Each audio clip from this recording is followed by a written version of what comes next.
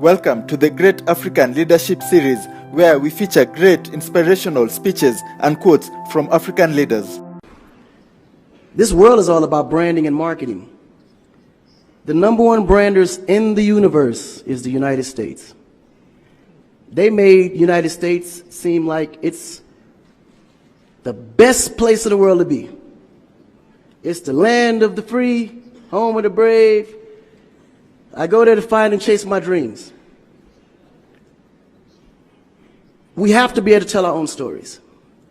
Directors, filmmakers, entertainers, it's going to be clearly, and the press, it's going to be your job to redefine how people think about Africa.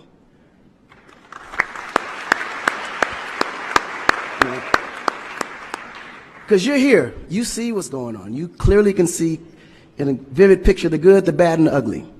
What you choose to put out there is what the world is going to get. Because I can tell you right now, in Chicago alone, there's more people dying in Chicago than there was in the war in Iraq. But you would never see that. There's a lot of things that's happening in the U.S. that you would never see because they choose to show you what they want you to see for... Yeah.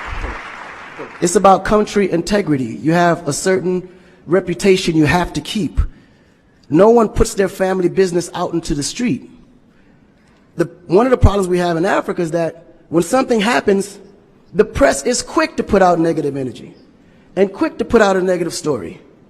And then that story goes on to internet, and other broadcasting systems take it and they post it. So when you look at places like Kenya, for instance, that I know of, maybe what, 2 terrorist attacks? But it was everywhere. So now people was afraid to go to Kenya because somebody shot up the mall. But then when you look online, there was over 25,000 attacks in the US, but you only knew about maybe 5 or 6. So we have to really rebrand. And then when you look at how the world perceives Africa, they're right. You know, you see zebras, lions, tigers, bears. Oh my. You get to the point where you think Africa's just a big jungle. The images that they're showing of Africa is historical images. This is way before civilization. This is when they were still, you know, battling with spears, like times of Shaka Zulu. No, I'm serious.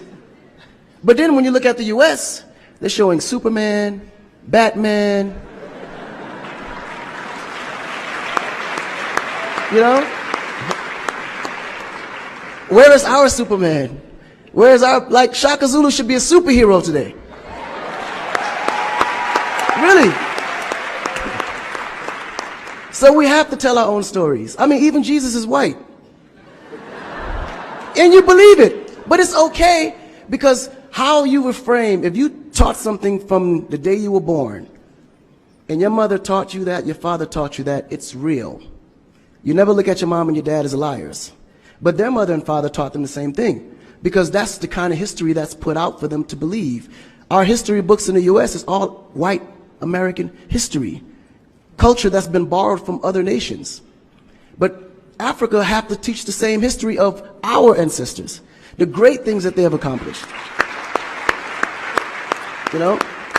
And it's going to be the jobs of directors like yourself, filmmakers like yourself, to narrate that story. How do we want to be perceived? How do we want that story to be narrated to the rest of the world? This younger generation, we kind of figured it out.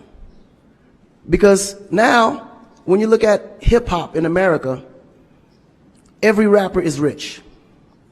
Gold chains, Bentleys, nice girls by the pool with bathing suits in this big mansion. And then, when the video's over, they get on their phone and call an Uber. They don't even come in the Bentley that you just saw in the TV. But you go to Nigeria, we got Wizkid, Davido, P-Square, all these guys driving a Bentley, Mercedes.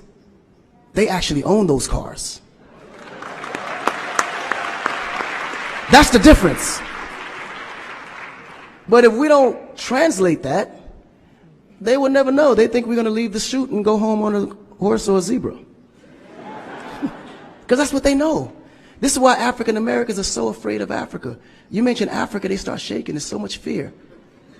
They don't know how to translate that. It was just recent that people are now saying, yeah, man, you know what? I rock with Africans, man. You know what I'm saying? I want to do some collaborations, man. Yo, man, I need an Afrobeat remix, you know what I'm saying? But before, they'd be like, man, I don't know that dude. I'm not putting him on my record. So the younger generation is slowly understanding how you have to rebrand the culture, because the culture has adapted. They've actually took everything that we've created and made it look better. They made a superstar look like a superstar. When I look on TV and I see our biggest entertainers, they don't look like stars. That's why you can't really respect the entertainer. If a politician saw a singer, he'd just be like, oh, he's just a local singer. But if he go to that local singer's performance, he may sell out the stadium because he has a huge influence, but the image is not there. So we have to take the image as a huge accountability for ourselves and realize that Africa really does have a reputation. But if we allow our stories to be told, our stories will be told according to their agenda on what they need to be able to benefit from Africa. So we have to tell our story so we can be able to understand how we can utilize that story to benefit for our agenda. You know? So in closing, this job is for the entertainers, the filmmakers, the reporters, and anyone that creates content. We have to rebrand. And we have to rebrand it in the way that we see it and tell the story to where they can understand it, feel comfortable, and want to come here and invest. Right? To add to what Akon, Share this video with friends and family to support the channel.